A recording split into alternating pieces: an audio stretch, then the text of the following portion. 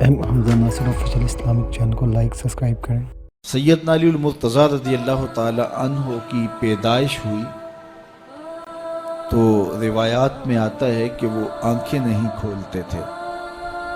حضور مبارکباد دینے گئے اور اپنے بھائی کو دیکھنے گئے تو ان کی والدہ حضرت فاطمہ بنت اسد رضی اللہ تعالی عنہا نے کہا بیٹا پیدا تو ہوا ہے لیکن پریشانی یہ ہے کہ آنکھیں نہیں کھولتا۔ تو آقا کریم علیہ السلام نے اپنا لعاب حضرت علی المرتضیٰ کے منہ میں ڈالا تو مولا علی نے آنکھیں کھول لی۔ گویا سیدنا علی المرتضیٰ رضی اللہ تعالی عنہ نے آنکھیں کھولی تو پہلا جلوہ رخ والضحیٰ کا دیکھا۔ اس رخ نور کو دیکھا، اللہ اکبر، قربان جائیں سیدنا علی المرتضیٰ کی آنکھوں پر جس کا پہلا نظارہ رخ محبوب تھا، اور پھر بچپنے کی عمر حضور کی قربت میں، حضور کی صحبت میں، حضور کی تربیت میں بسر ہوئی۔ آقا کریم علیہ السلام جب اللہ کے حکم سے اعلان نبوت فرمایا تو سیدنا علی المرتضیٰ رضی اللہ تعالی عنہ نے ایمان لانے والوں میں سر فہرست اپنا نام لکھوایا، اور آقا کریم علیہ السلام کے ساتھ پھر ہر محاذ پہ کھڑے ہوئے نظر آئے۔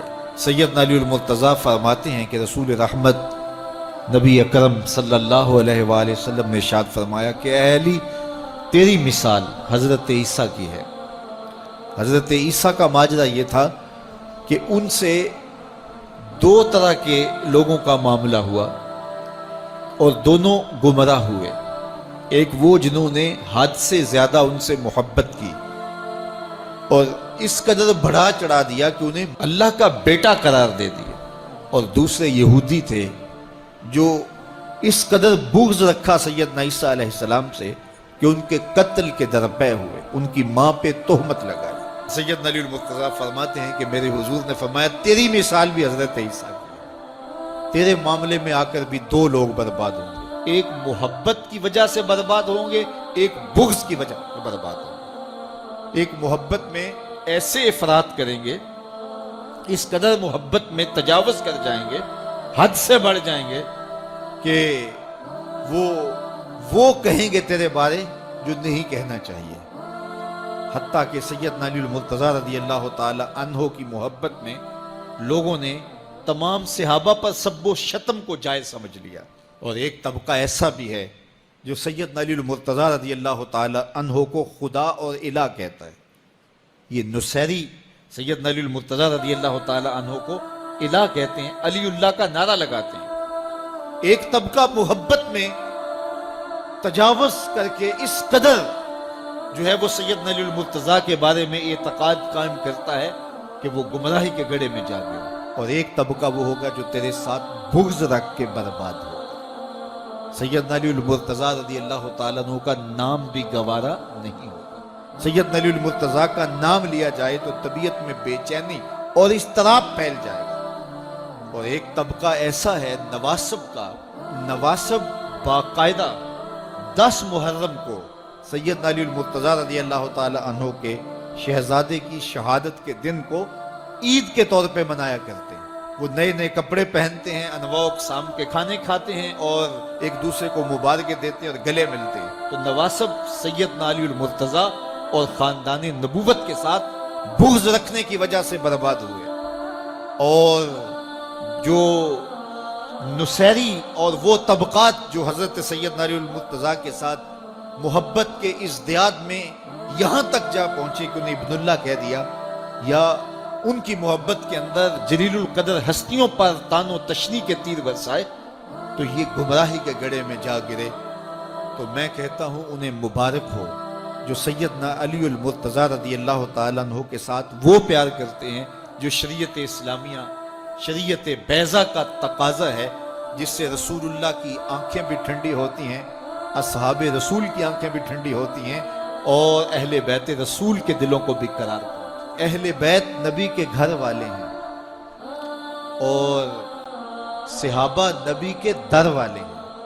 ہم کہتے ہیں گھر والوں تمہیں بھی ہمارا سلام اور در والوں تمہیں بھی ہمارا سلام. کتنے لوگ تھے جو ہمارے ساتھ چلتے ہوتے تھے. آپ ذرا اپنے ذہن پہ زور دیں. بچپن کے دوست، کلاس فیلوز، کاروباری ساتھی، گلی محلے کے لوگ، رشتہ دار، اعزاء و اقربا، آباء و اجداد، اور کتنے لوگ آپ کے مخالفین، معاندین، یہ ساری فہرست ذہن میں لائیں تو ایک دم خیال پڑتا ہے فلاں بھی چلا گیا، فلاں بھی چلا گیا. کوئی سال کے بعد اچانک کوئی بات یاد آتی ہے تو یاد آ جاتا ہے، کوئی 6 ماہ کے بعد یاد آتا ہے. کئی ایسے لوگ ہیں کہ سال ہا سال بعد یاد، ہاں وہ بھی ہوتا تھا. مٹی کا رزق بن گئے، قصہ پارینہ بن گئے. کہانی تو اتنی سی ہے نا، جو اکڑ اکڑ کے چلتے تھے آج وہ مٹی کا رزق بن گئے.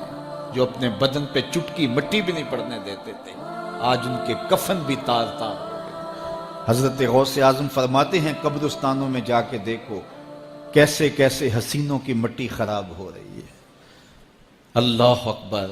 بدن خاک میں مل گئے، ہڈیاں چور چور ہو گئی، ریزہ ریزہ ہو گئی. قبروں کے نشان بھی مٹ گئے، کتبے بھی ٹوٹ گئے. مٹ گیا مشتاق دل سے رنگے یاد رفتگاں. پھول مہنگے ہو گئے، قبریں پرانی. کون کسی کو یاد کرتا ہے؟ اور اسی طرح ہم مل کے مٹی کا رزق بننے والے ہیں، لیکن کوئی ایسا کام چھوڑ جائیں گے، اپنے رب سے جڑ جائیں گے، اپنے رب کے بندوں سے جڑ جائیں گے، رسول کریم کے دامن کو تھام لیں گے تو پھر موت بھی مرنے نہیں دے گی.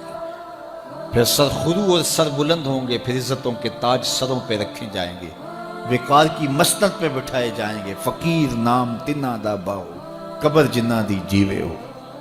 پھر قبروں پہ بھی چراغاں ہوگا جب ہم ان سے جڑ جائیں گے. تو یہ مختصر زندگی کی تمام تر لطافتوں کے حصول کے ساتھ گزرنی چاہیے. کتنے نوجوان ہیں جنہوں نے اپنی توبہ کو مؤخر کیا تھا بڑھاپے کے لیے اور آج قبرستانوں میں دفن ہیں. آپ جا کے قبرستانوں میں دیکھیں، وہ سوچتے تھے کہ ابھی تو جوانی ہے، جوانی سے لطف اندوز ہو لیں، بڑھاپے میں توبہ کر لیں گے. لیکن بڑھاپا نہیں آیا، موت آ گئی. موت تو برحق ہے، یہ تو آ کے رہنی ہے، لیکن بڑھاپا لازمی نہیں ہے کہ ضروری آئے. حضرت امام غزالی نے ایک بڑی خوبصورت بات لکھی. فرماتے ہیں معاشرے میں نظر دوڑا کے دیکھو، زیادہ بچے ہیں، زیادہ جوان ہیں یا زیادہ بوڑھے ہیں؟ تو کہا آپ کو بچے زیادہ ملیں گے. ہر گھر میں دیکھ لیجئے، بچے زیادہ ہوں گے، جوان ان سے کم ہوں گے، بوڑھے ان سے کم ہوں گے. تو اگر بوڑھے تھوڑے ہیں، جوان زیادہ ہیں، تو غزالی فرماتے ہیں پھر بات سیدھی سیدھی ہے، بڑھاپے تک کوئی کوئی پہنچتا ہے، زیادہ جوانی میں چلے جاتے ہیں. اور کہا کہ اگر جوانوں سے بچے بھی زیادہ ہیں تو پھر اس کا مطلب بھی سیدھا سیدھا ہے کہ جوانی تک سارے نہیں پہنچتے، بہت بچپن میں چلے جاتے ہیں. غرہ کس پہ، ناز کس پہ، غرور کس پہ، تکبر کس پہ؟ تو یہ مختصر زندگی جو اللہ کی امانت ہے، اس کو اللہ کے نام پہ گزارو. جو بیت گئی وہ بیت گئی، وہ تو منہا ہو گئی زندگی سے. وہ مجھے رات سے کچھ لوگ میسج بھیج رہے ہیں کہ آج 16 مارچ ہے اور آپ کا پیدائش کا دن ہے، مبارک ہو، اللہ سب کو جزا دے. لیکن میں آج اپنی چھوٹی بیٹی کو بھی کہہ رہا تھا، وہ مجھے بولی کہ ابو آپ کو مبارک ہو. تو میں نے کہا کہ آپ ہاتھ اٹھا کے اللہ کی بارگاہ میں دعا کرو کہ اللہ آپ کے باپ کے 46 سال کے گناہ معاف کر دے.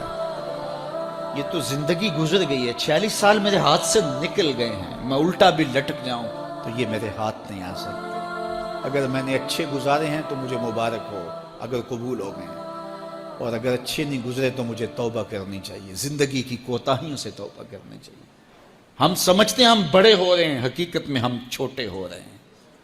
ہم اپنی زندگی کے اہداف طے کریں، زندگی کے مقاصد طے کریں. ساری زندگی اس کے گرد سفر کرنی چاہیے. کئی لوگ ساری زندگی گزار دیتے ہیں، ان کو ساری زندگی راستے نہیں ملتا کہ جانا کدھر. وہ کیوں؟ وَأَضَلُّ السَّبِيلَ. اللہ فرماتا وہ بھٹکے ہوئے مسافر ہوتے ہیں. اللہ سے راستہ مانگو، آہستہ چلو لیکن منزل کا تعین کر کے بڑھو. بڑھتے رہو، منزل تمہارا استقبال کرے گی. آج مشکل ہے تو کل آسانیاں ہوں گی. تو یہ زندگی تیزی کے ساتھ کٹ رہی ہے، لمحہ لمحہ میں اور آپ موت کے قریب ہو رہے ہیں. قبل اس سے کہ وہ وقت آئے کوئی حجت باقی نہ رہے، مجھے اور آپ کو اپنی آخرت کی تیاری کی کوشش کرنی چاہیے۔